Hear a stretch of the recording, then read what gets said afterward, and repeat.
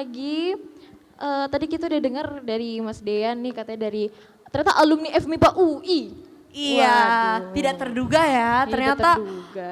satu alma mater nih kita. Satu alma mater, betul banget. Oke, selanjutnya kita lanjut ke sesi Oke Talk selanjutnya. Yang akan disampaikan ternyata beda nih. Disampaikannya nih oleh Kak Syarla Martiza Putri, Partnership Specialist Scooters yang akan menyampaikan presentasi yang berjudul Art of Winning Scholarship for Study Abroad. Oke. Oke, untuk teman-teman semua mungkin boleh merapat langsung ke depan panggung untuk menyimak pemateri dari Scooters. Marilah kita sambut Kak Syarla dari Scooters.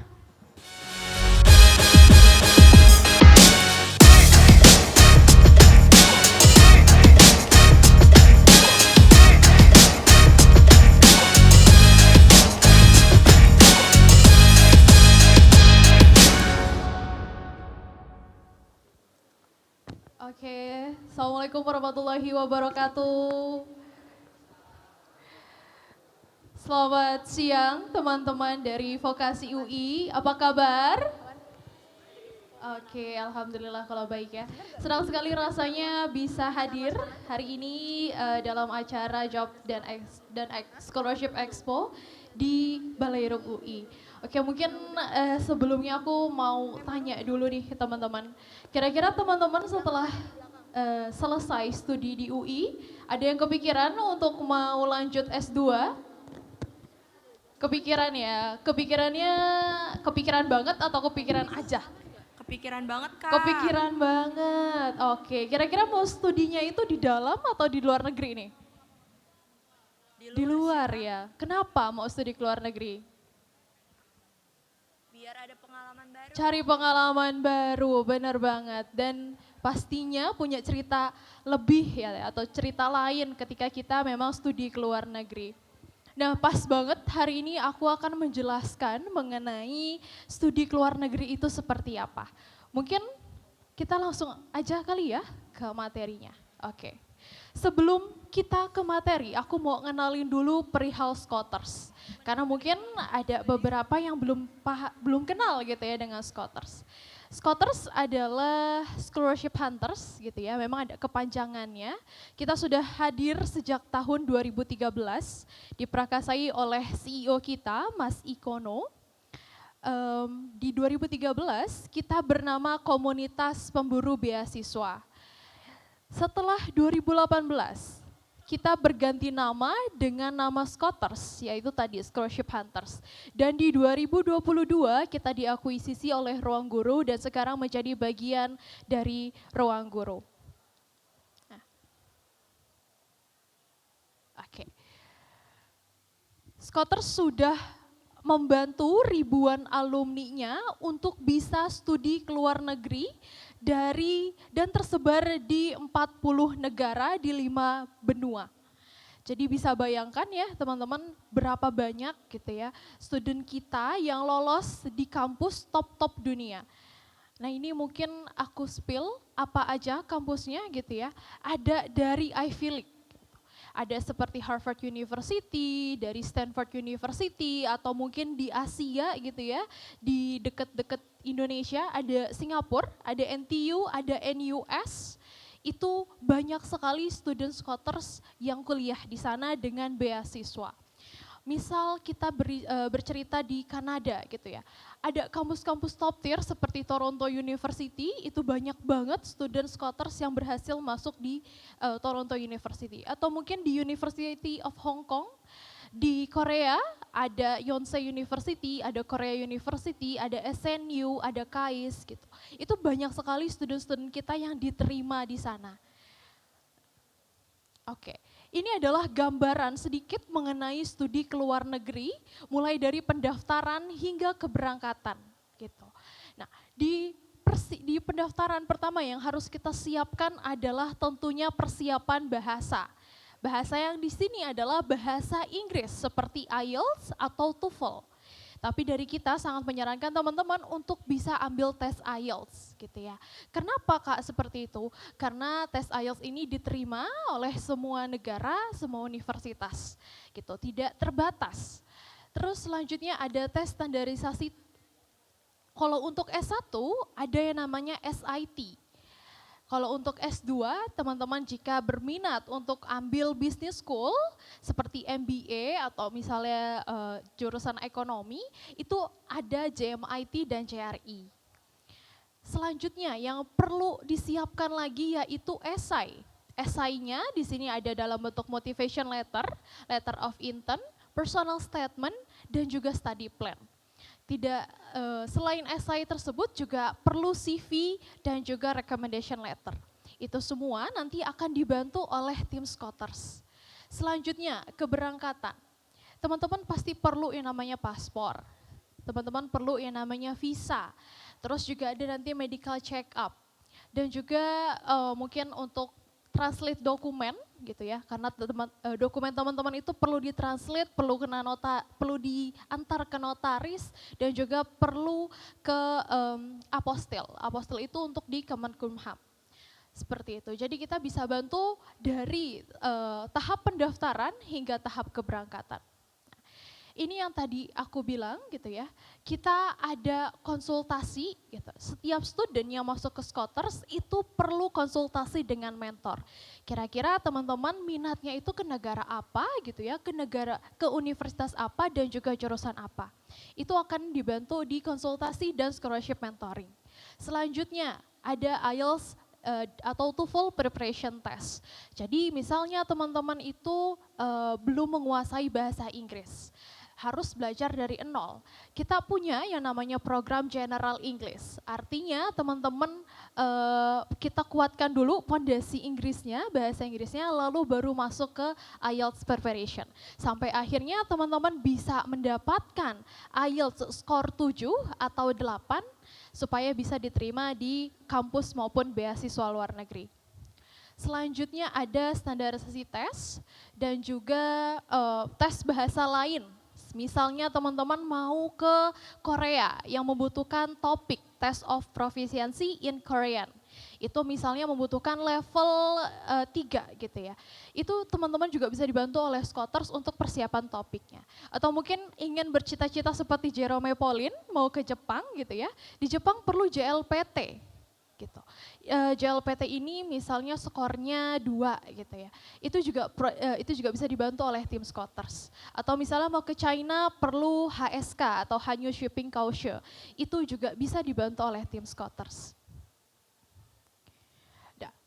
Tadi yang aku sudah jelaskan gitu ya, persiapan-persiapan yang sudah aku jelaskan mulai dari esai, IELTS, dan juga standarisasi tes, itu dibantu oleh mentor-mentor terbaik kita yang memang sudah berkecimpung lama dalam studi di luar negeri maupun mendapat ataupun menjadi awardee scholarship gitu ya. Di sini ada Mas Ikono yang memang dari S1 sampai S3-nya di luar negeri. Terus juga ada Mas Eko dan juga Mbak Sisilia dan banyak mentor-mentor lagi sebanyak 500 mentor yang kita punya tersebar di seluruh bimbingan, mulai dari bimbingan esai, bimbingan IELTS dan juga bimbingan tes standarisasi. Oke, next slide. Oke, ini yang menjadi main program di Scholars, yaitu persiapan studi ke luar negeri atau yang kita sebut Study Abroad Academy. Di Study Abroad Academy, teman-teman akan dibantu dari persiapan pemilihan beasiswa dan universitas sesuai dengan profil yang teman-teman minati. Misalnya teman-teman pengen ke MBA di Harvard gitu, atau misalnya mungkin MBA di Korea University, atau misalnya mungkin mau ambil teknik sipil, teknik industri, itu bisa kita bantu. Selanjutnya pembuatan CV dan motivation letter. CV-nya untuk studi master gitu ya, itu terbagi menjadi 2, CV akademik maupun CV profesional. CV akademik ya isinya adalah bagaimana kegiatan teman-teman ketika menjalani kuliah S1. Untuk CV profesional itu diisi oleh pengalaman pekerjaan. Selanjutnya persiapan interview. Di Scholars juga ada mentor khusus drilling interview, karena sebetulnya interview adalah lebih banyak mungkin praktisnya gitu ya. Karena interview hanya memastikan apa yang kita tulis di esai. Seperti itu. Terus juga surat rekomendasi. Surat rekomendasi untuk studi magister itu membutuhkan 2 jenis, yaitu recommendation letter yang profesional maupun recommendation letter yang akademik. Yang akademik bisa teman-teman minta ke dosen pembimbing. Untuk yang untuk yang recommendation letter profesional itu bisa minta ke supervisor atau manajer di kantor. Selanjutnya kita move ke persiapan bahasa Inggris. Target skor di Scholars yaitu 6,5 sampai 8. Ketika teman-teman mendapatkan skor 8, itu sudah bisa dipastikan dapat beasiswa. Karena memang beasiswa itu sangat persyaratan beasiswa itu dari nilai skor 7 sampai 8. 6,5 itu ya bisa dibilang cukup lah ya, bukan baik gitu. Selanjutnya untuk TOEFL ITP, mohon maaf sekali TOEFL ITP tidak bisa diterima di perguruan tinggi manapun gitu ya, atau misalnya di beasiswa manapun gitu ya. Jadi kita sarankan untuk mengambil IELTS atau TOEFL IBT. Perbedaannya ada di mana? Perbedaan nanti kita akan bahas di slide lebih lanjut ya. Oke, selanjutnya kita akan bahas mengenai jenis studi lanjut untuk jenjang magister. Terbagi menjadi 2 teman-teman, yaitu Master by Research dan Master by Coursework. Yang aku akan bahas di sini adalah Master by Coursework. Karena Master by Coursework ini sama ketika kita studi S1. Artinya kuliah itu adanya di kelas gitu ya. Dan Master by Coursework ini hanya berlangsung sekitar 1 sampai 1,5 tahun di seluruh negara. Selanjutnya kita akan bahas Master by Research. Master by Research itu kuliahnya hanya 2 sampai 4 minggu di kelas. Selanjutnya adalah di lab. Jadi memang Master by Research ini kerjanya selalu di lab gitu ya, kerjain project dosen, kerjain penelitian gitu. Jadi mostly memang adanya di laboratorium. Dan memang rata-rata jumlah SKS-nya tidak sebanyak ketika kita ambil Master by Coursework. Sekarang kita bahas soal kelebihan.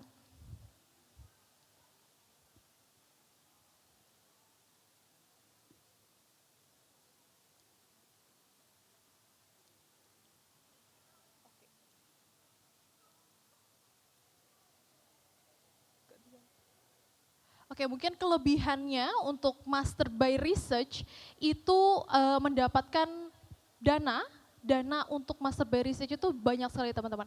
Kalau misalnya kita lihat dari Kemendikbud ya, Kemendikbud untuk studi S3, dana penelitian didapatkan 60 juta dalam setahun.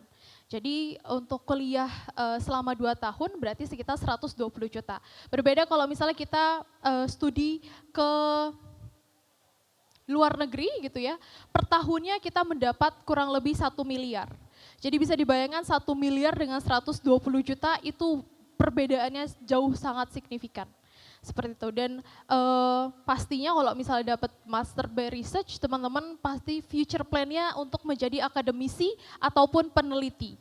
Seperti itu. Untuk Master by Coursework biasanya teman-teman membutuhkan 2 tahun pengalaman kerja. Seperti contohnya adalah beasiswa Chevening di UK itu membutuhkan 2 tahun pengalaman kerja. Nah selanjutnya kita akan membahas mengenai jenis pembiayaan studi ke luar negeri. Beasiswa terbagi menjadi 2, beasiswa yang fully funded maupun partial funded.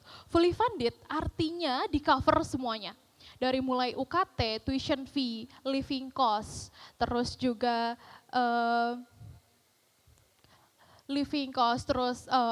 tiket pesawat, terus juga terus pembiayaan penelitian, itu di cover semua oleh beasiswa fully funded. Kalau beasiswa partial funded itu hanya mengcover UKT saja dari 50% sampai 100%. Seperti itu, jadi perbedaannya cukup signifikan gitu ya ketika mendaftar di beasiswa fully funded maupun di partial funded. Tentunya kami sangat berharap teman-teman di sini mendapat beasiswa fully funded.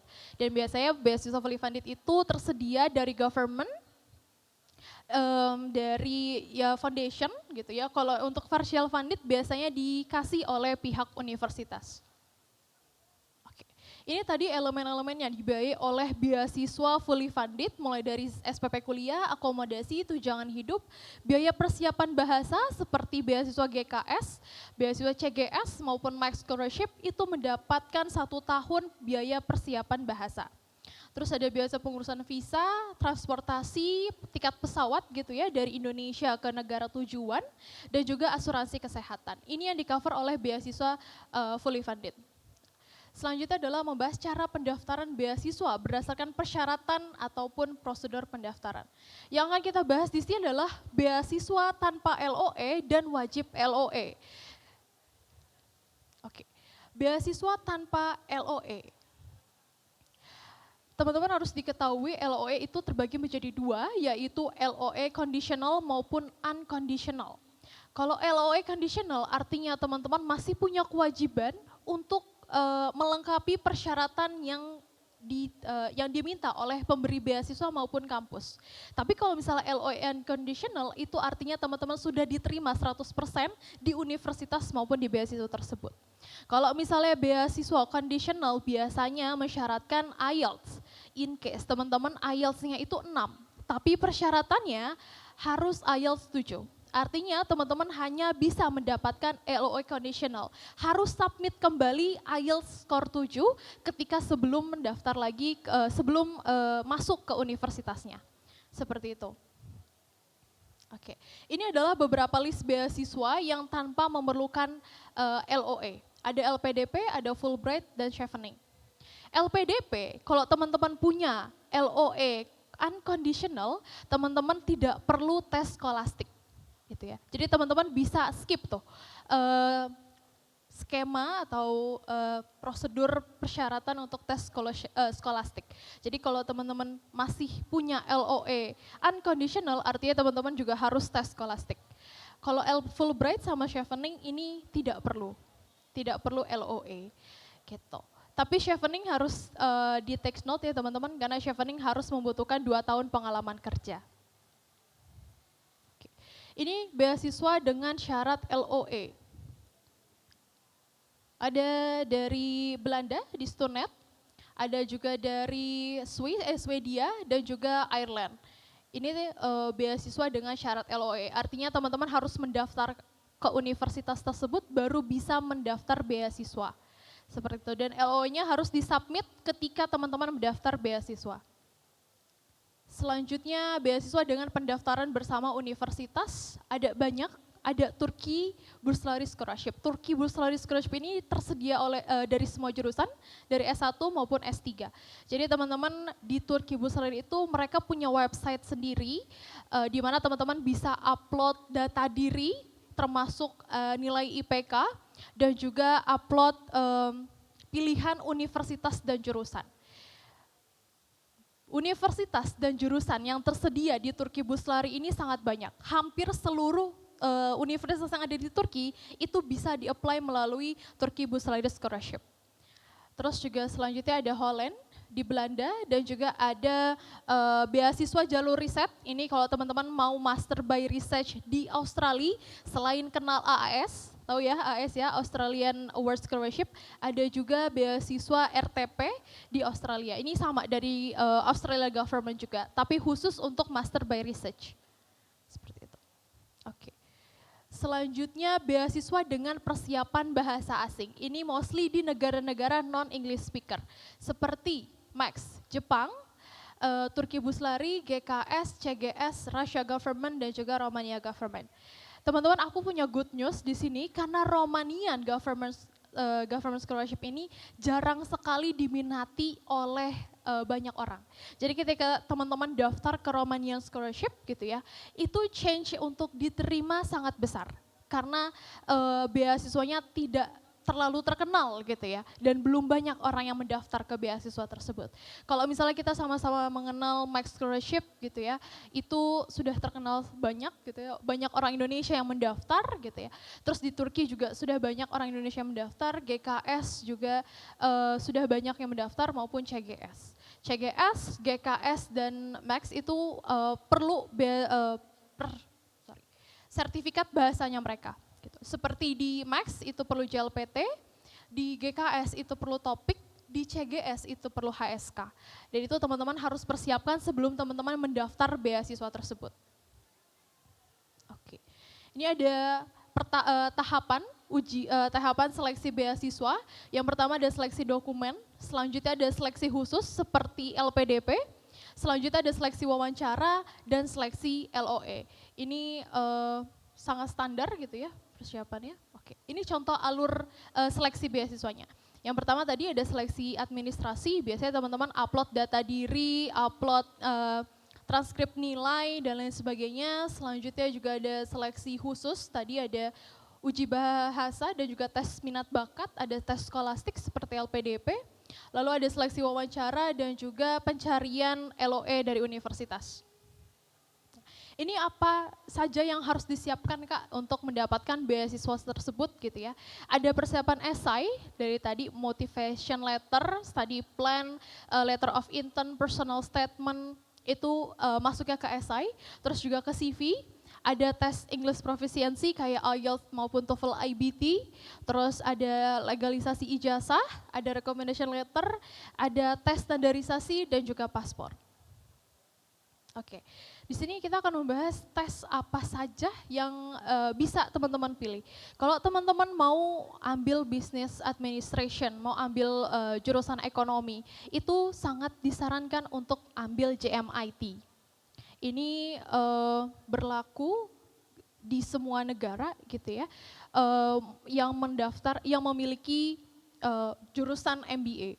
Atau JRI, teman-teman kalau misalnya minat untuk ke Amerika, universitas di Amerika menyarankan untuk mengambil JRI. Untuk masuk ke Harvard University Business School, itu teman-teman perlu 730, skor 730 di JRI. Dan memang cukup sulit untuk JMIT dan JRI ini. Oke, selanjutnya adalah English proficiency yang terbagi menjadi IELTS, TOEFL IBT dan juga TOEFL ITP. Mungkin aku akan membahas lebih detail mengenai IELTS dan TOEFL IBT karena TOEFL ITP tidak diterima oleh negara manapun, hanya berlaku di Indonesia. Bedanya TOEFL IBT dan IELTS adalah di speaking testnya.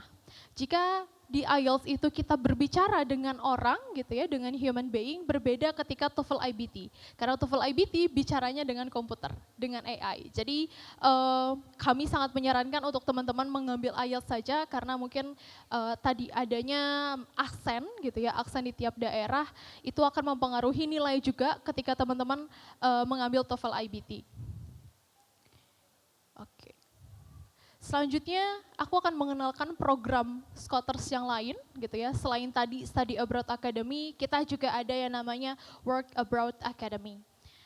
Negaranya ada 3, teman-teman. Ada Jepang, Korea, dan Jerman. Mungkin teman-teman yang tertarik gitu ya untuk bisa bekerja di luar negeri, itu juga bisa memakai bimbingan dari kita. Yang pertama, kenapa sih harus bekerja di luar negeri? Kenapa sih harus kerja di Jepang, Korea, dan Jerman? Yang pertama adalah peluang tinggi. Karena negara-negara tersebut itu kekurangan usia produktif. Gitu.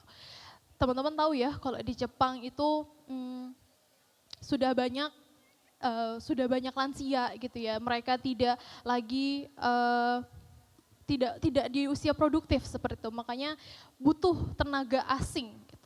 Nah, ini menjadi salah satu alasan kenapa teman-teman harus bekerja di Jepang. Terus juga 1.000 kuota untuk pekerja asing dari Indonesia yang terus bertambah tiap tahunnya. Selanjutnya juga gaji gitu ya. Sudah tidak bisa kita pungkiri lagi bahwa ketika kita kerja di Jepang gitu, kerja di Korea, di Jerman gitu, itu bisa mendapatkan gaji lebih dari 30 juta. Selanjutnya ada kekurangan lapangan pekerjaan di Indonesia gitu ya. Sejak COVID kita semua tahu bahwa banyak yang kena layoff dan lain sebagainya, maka dari itu mungkin kesempatan bekerja di Indonesia berkurang. Maka dari itu tidak ada salahnya jika teman-teman bisa bekerja di Jepang, Korea maupun Jerman. Oke, nah kira-kira apa sih yang dibantu oleh Work Abroad Academy ini? Kita akan bantu teman-teman mulai dari bahasa. Pastinya bahasanya harus bahasa mereka gitu ya. Ketika kita ke Korea harus bisa bahasa Korea, ketika ke Jepang harus bisa bahasa Jepang maupun ke Jerman. Ini kita akan melatih teman-teman untuk kemampuan bahasanya. Selanjutnya juga kita membimbing dengan metode pengajar berpengalaman yang memang sudah meloloskan ratusan pekerja ke luar negeri. Dan biaya untuk program ini sangat terjangkau teman-teman, mulai dari 7 juta. Jadi dengan modal segitu teman-teman bisa bekerja di Jepang, Korea maupun Jerman. Selanjutnya ini negara tujuan yang memang kita fokuskan gitu ya. Ada di Jepang dengan gaji 30 juta per bulan, ada di Korea Selatan 35 juta per bulan, ada di Jerman 19 sampai 50 juta per bulan. Ini sangat tinggi gitu ya. Oke. Nah, untuk teman-teman yang mau konsultasi gitu ya secara gratis, karena memang semua student di Scholars yang masuk harus melalui sesi konsultasi one-on-one bersama mentor kita, teman-teman bisa banget untuk scan kode QR yang tersedia dan juga atau mungkin link yang tersedia di layar gitu ya. Nanti kita akan hubungi teman-teman untuk menanyakan profil teman-teman. Kira-kira dengan profil seperti ini bagusnya ke negara apa, dengan beasiswa apa gitu ya. Nanti kita akan bantu dari nol banget sampai teman-teman bisa keterima di luar negeri. Oke, mungkin dari aku cukup sekian, mungkin ada yang ingin, teman-teman ingin bertanya lebih lanjut.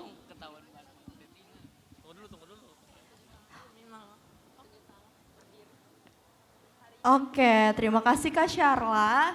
Mungkin ada yang mau bertanya di sini? Oh, ada nih. Yuk untuk sesi Q&A, boleh banget. Wah, Makasih atas kesempatannya sebelumnya. Teman-teman kenalin lagi, nama saya Dian Prasna, aku alumni dari Fisika UI. Kak, tadi aku mau nanya Kak, tadi kan ada unconditional dan juga conditional LOA ya itu ya. Boleh dijelasin ulang nggak secara rinci? Aku sejujur masih bingung sih itu bagaimana, itu apa dan bagaimana ya. Lalu aku pernah coba daftar LPDP tapi nggak jadi, cuma buka website.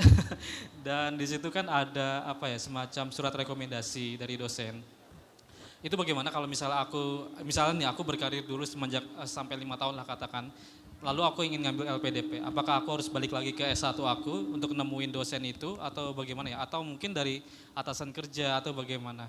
Terakhir di ITB kan ada MBA, apakah Skuter bisa membantu? Karena di Indonesia kan jarang juga MBA-nya kan ya, apalagi PhD gitu ya.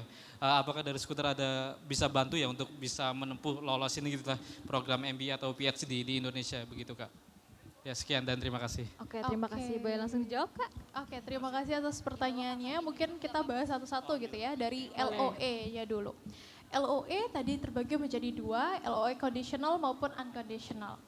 LOE adalah letter of acceptance, artinya kita sudah diterima, kita mendaftar di Universitas A, lalu diterima.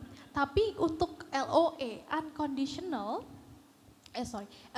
LOE unconditional itu artinya teman-teman masih punya tanggungan. Misal gini, yang tadi aku sudah jelaskan, universitasnya minta skor IELTS 8, misal. Tapi skor IELTS kita baru 7. Gitu. Kita sudah diterima di universitas tersebut, tapi dengan syarat ketika teman-teman masuk sebelum onboarding gitu ya, itu perlu melampirkan sertifikat IELTS 8. Artinya kita perlu ambil IELTS lagi untuk mendapat sertifikat 8, untuk mendapat nilai skor 8. Seperti itu. Sampai akhirnya teman-teman mendapat LOE conditional yang artinya memang sudah full diterima gitu, sudah menjadi mahasiswa di universitas tersebut. Seperti itu bedanya. Apakah betul begini ya yang saya tangkap ya? Jadi kalau yang conditional itu saya misalnya katakanlah setelah diterima di NUS Singapura misalnya. Saya udah daftar, saya udah diterima, saya minta LOE ke dosen pembimbing dulu ya, begitu ya? Dosen pembimbing S1 atau bagaimana ya? Untuk LOE dikeluarkan oleh universitas. Universitas asal? Bukan, universitas tujuan. Misalnya tadi daftar di NUS, berarti NUS juga yang mengeluarkan LOE tersebut. Artinya bahwa Mas sudah diterima di NUS, seperti itu. Tapi kalau yang unconditional itu tadi gimana ya? Saya agak belum mudeng soalnya, maaf ya. Oke, unconditional tadi. Oke. Unconditional tadi ya, yang memang sudah tidak ada tanggungan lagi gitu ya, sudah clear artinya menjadi diterima. Tadi kalau conditional artinya masih ada tanggungan, seperti itu. Tanggungannya dalam arti Tanggungannya artinya persyaratannya belum terpenuhi sepenuhnya. oh Entah itu gitu. IELTS, entah itu IPK, misalnya IPK-nya kurang gitu ya. Atau mungkin ada persyaratan seperti dokumen-dokumen lain gitu. Oh gitu, oke, itu termasuk ke LOE unconditional. Tapi minta surat rekomendasi juga nggak ya ke dosen Iya, pembimbing gitu ya? Betul. Tadi, kalau recommendation letter itu terbagi menjadi dua, yang akademik maupun yang profesional. Untuk yang Oh. akademik bisa minta ke dosen Dosen pembimbing. pembimbing. Misalnya gini, Mbak, aku udah lulus 5 tahun yang lalu, dosenku sudah lupa dengan aku gitu ya. Mas bisa bawa CV-nya gitu ya, lalu bertemu dengan dosen pembimbingnya gitu ya, sambil bilang, Bapak, Ibu, ini sudah saya alumni sini tahun segini gitu ya, ini CV saya mungkin bisa menjadi bahan pertimbangan ketika menulis recommendation letter, seperti itu. Jadi memang kita sangat menyarankan untuk recommendation letter ya, menulis adalah orang yang sudah bekerja dengan kita, atau memang orang yang dekat secara personal maupun profesional dengan kita gitu.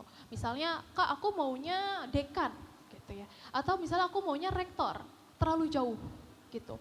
Kecuali ada beasiswa yang menyaratkan recommendation letternya itu dari public figure, itu perlu dipertimbangkan. Untuk yang recommendation letter public figure itu kita bisa minta ke dekan, ke rektor gitu ya, tapi memang dengan syarat, tapi memang jarang ya beasiswa yang seperti itu. Mostly memang mereka mintanya recommendation letter dari pihak yang memang kenal kita secara personal maupun secara profesional, seperti itu. Kalau misalnya nih dosen pembimbingnya sudah meninggal, itu bagaimana ya penggantinya ya? Oke, mungkin bisa minta ke Kaprodi.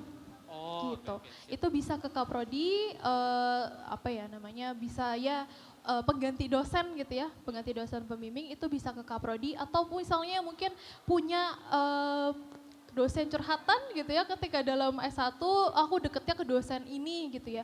Walaupun tidak punya jabatan struktural gitu ya, tapi memang kenal aku nih secara dekat gitu. Itu bisa banget minta ke dosen tersebut gitu. Untuk yang recommendation letter secara profesional itu bisa minta ke supervisor atau ke manajer tempat kita kerja gitu. Oke, tadi sudah terjawab 2 pertanyaan ya. Sudah terjawab banget. Tadi yang saya bilang apakah bisa meloloskan untuk MBA atau MBA PhD? untuk Iya. yang di dalam ITB lah negeri. katakanlah ITB lah gitu. Oh, oke. Tadi kita bisa membantu teman-teman di seluruh jurusan maupun seluruh universitas. Tidak ada batasan gitu ya, mau ngelamar ke universitas apa maupun jurusan apa. Tapi untuk MBA sendiri tadi kita disclaimer dulu bahwa kalau MBA butuh yang namanya JRE maupun JMIT dimanapun, di negara manapun. Tidak hanya di Amerika saja atau tidak hanya di UK saja, tapi memang seluruh dunia membutuhkan JMIT maupun JRE.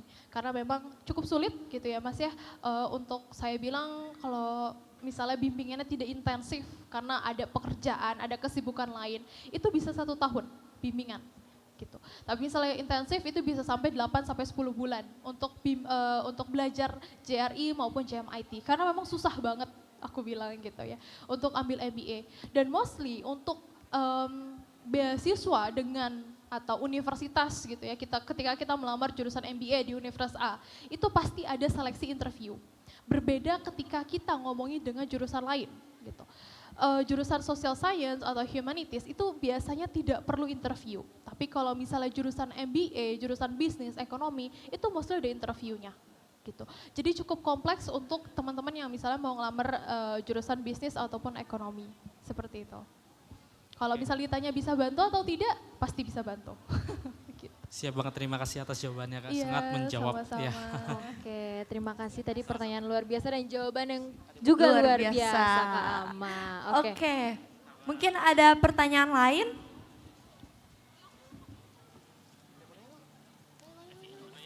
Ya, sambil menunggu pertanyaan lain, tadi aku agak tertarik sih sama recommendation letter itu. Nah itu untuk recommendation letter itu setahu aku kan orang yang dekat dengan kita ya, jadi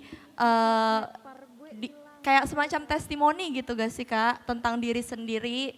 Misalnya dari orang tua mungkin bisa kali, atau gimana? Orang tua tidak. Kurang ya? Oh iya, karena orang tua pasti Penilaiannya subjektif. penilaian dia benar-benar. Betul. Berarti lebih ke yang misalnya yang pernah rekan kerja sama kita Betul, kayak gitu-gitu pernah. ya. Mungkin kalau teman-teman di sini ada yang internship gitu ya, tidak artinya dia bosnya gitu ya, tidak punya rekan kerja lain atau tidak punya bos gitu ya, itu bisa minta ke kolega gitu, atau minta ke klien gitu. Itu memang untuk yang teman-teman yang pengusaha gitu ya, beda lagi untuk recommendation letternya gitu.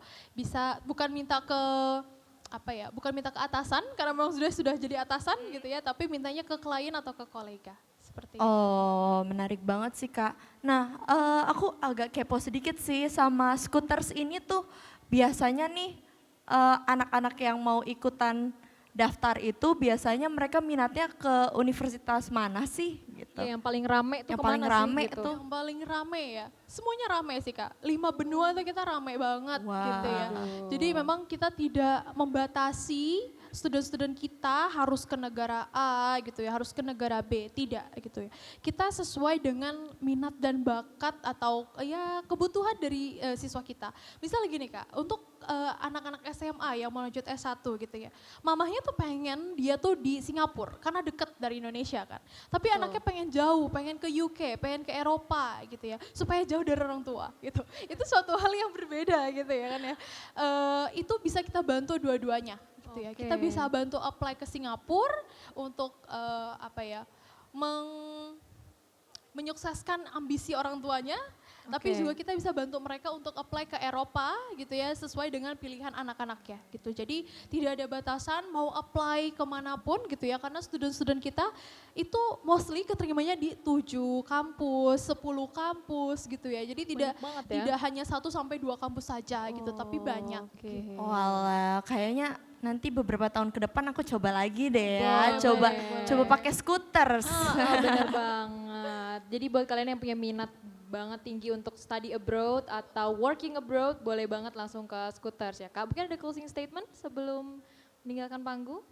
Oke, mungkin berkaca dengan pengalaman student-studentku gitu ya, yang tidak diterima di PTN, tidak diterima misal let's say tidak diterima di UI setelah berkali-kali coba gitu ya.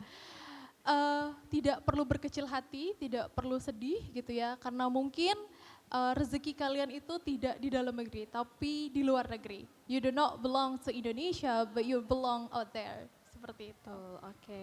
Thank you banget ya Kak Sharla. Terima kasih banyak Kak Sama-sama, Sharla. terima kasih Insightful banyak juga. sekali. Oke.